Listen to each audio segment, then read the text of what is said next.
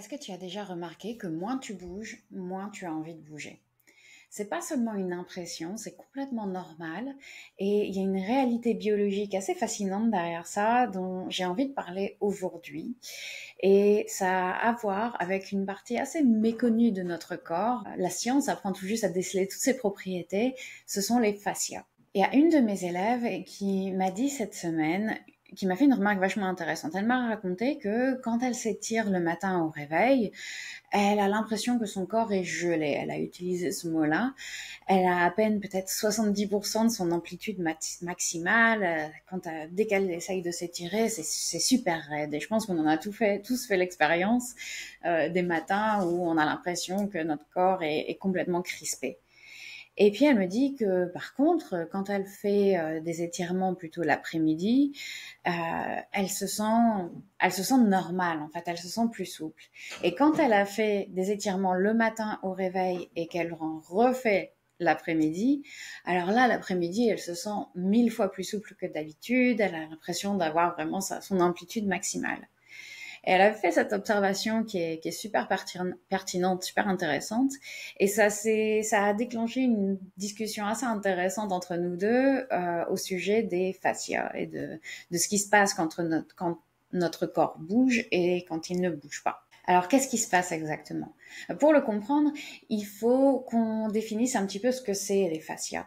Les fascias, c'est un tissu conjonctif. Un tissu conjonctif, c'est comme un réseau de tissus qui enveloppe toutes les parties du corps à l'intérieur, tous nos muscles, nos organes, et ça passe même à l'intérieur des tissus, des muscles, à l'intérieur des organes. Donc ça se diffuse vraiment un petit peu partout comme comme un genre de toile d'araignée multidimensionnelle qui connecte tout dans notre corps. Et si vous avez déjà fait du yoga avec moi, si on a déjà discuté un petit peu, si vous avez suivi mes podcasts dans le passé, vous savez que c'est quelque chose que j'aime bien rappeler, c'est que tout est connecté dans le corps. Rien ne fonctionne en isolation. Et le seul moyen vraiment de dire ça c'est un biceps, ça c'est un estomac, ça c'est voilà, c'est de découper au scalpel en fait. À l'intérieur du corps, tout est connecté et ça se ressent très vite quand on fait du yoga et qu'on se rend compte que on étire une partie du corps et puis on le ressent dans une autre partie du corps complètement à l'opposé et on se dit mais ça c'est pas normal, j'étire ça, pourquoi je le sens là? Et c'est tout simplement parce que tout est lié, en particulier notamment par ces fascias. Et chaque nuit, pendant qu'on dort, ces fascias, ils vont s'épaissir un peu. Il va y avoir des couches de ce tissu conjonctif qui se font les unes sur les autres. Et c'est un processus qui est complètement naturel, bien sûr, qui est normal et qui est là, où on le pense en tout cas, pour empêcher le glissement des muscles et des organes les uns contre les autres. Il s'épaissit pour que quand on est inactif pendant longtemps, il n'y ait pas un affaissement qui se fasse du fait de la gravité. Et c'est pour ça qu'on se sent particulièrement raide au réveil, ou bien c'est pour ça qu'on se sent aussi particulièrement raide si on passe la journée devant son ordinateur à ne pas bouger. Il y a cet épaississement des tissus, des fascias qui se passe. Et si vous avez déjà observé, par exemple, je le vois à côté de moi du coin de l'œil, un chat quand il se réveille, quelle est la première chose qu'il fait? Il s'étire. Il s'étire. C'est instantané, c'est à chaque fois qu'il se réveille d'une sieste. Et pourquoi? Les animaux le font instinctivement parce qu'ils savent que c'est exactement ce dont le corps a besoin. Maintenant, la partie qui est un petit peu magique avec tout ça, c'est que dès qu'on commence à bouger, dès que les animaux commencent à s'étirer ou que nous, on commence à bouger le matin au réveil, ces fascias, ils vont commencer à fondre naturellement. Et c'est vraiment ça, les couches de tissu qui se sont formées pendant la nuit fondent. Les surfaces de notre corps, du coup, peuvent à nouveau glisser harmonieusement les unes contre les autres et on retrouve notre mobilité naturelle. Mais qu'est-ce qui se passe si on reste immobile? Imaginons un scénario complètement fictif on se lève le matin, on marche jusqu'à son ordinateur, on reste assis à travailler toute la journée, et puis le soir, on s'installe dans son canapé, on regarde la télé, et ensuite on va se coucher. Donc, scénario complètement fictif qui est certainement pas familier avec beaucoup d'entre vous, mais bon, qui peut arriver, on ne sait jamais. Et ben dans ce cas-là, forcément, les fascias ne fondent pas. Ils restent, et au contraire, même le corps en produit davantage parce qu'il va en avoir produit la nuit.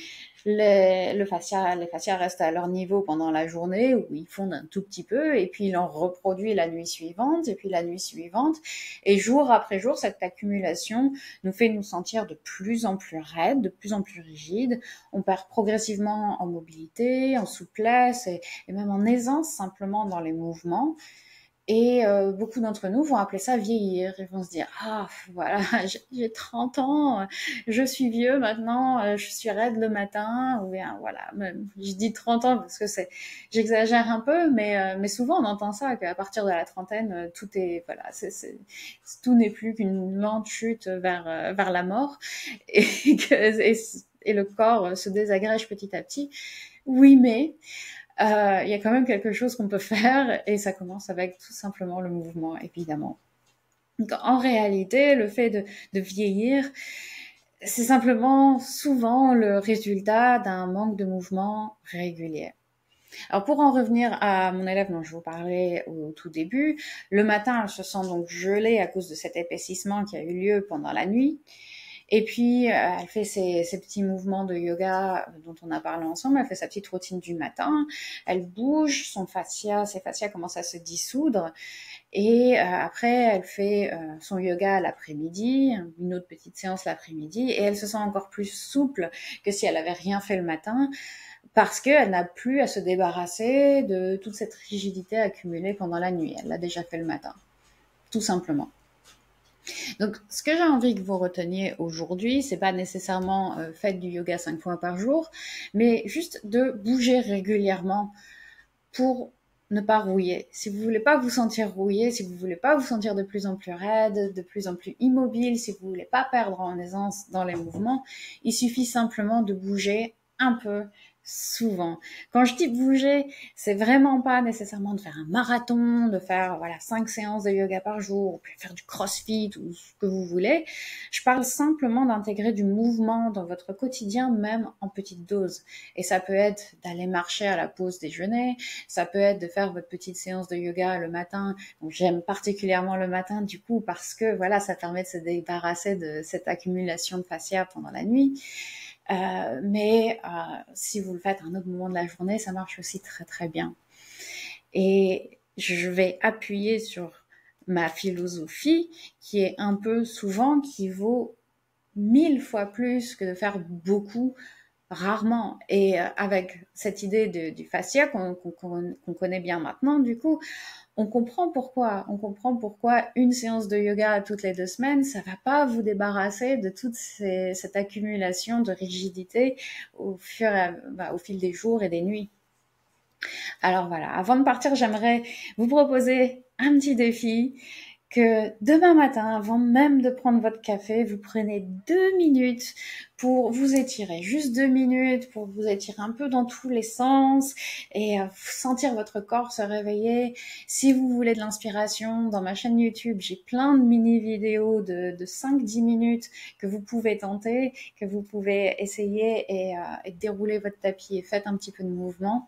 Et vous verrez ensuite comment vous sentez au cours de la journée, si vous sentez un peu plus d'aisance dans votre corps. Et si vous avez aimé cette vidéo, ce podcast, que vous voulez découvrir des étirements simples pour votre routine matinale, n'hésitez pas à vous abonner à ma chaîne et à aller jeter un œil du coup à toutes ces petites vidéos dont je vous ai parlé, ou même à vous joindre à mes cours de yoga en direct tous les lundis à 19h. Le lien est dans la description. Alors prenez soin de vous et n'oubliez pas que votre corps est fait pour bouger. Merci beaucoup. À très vite. Ciao, ciao.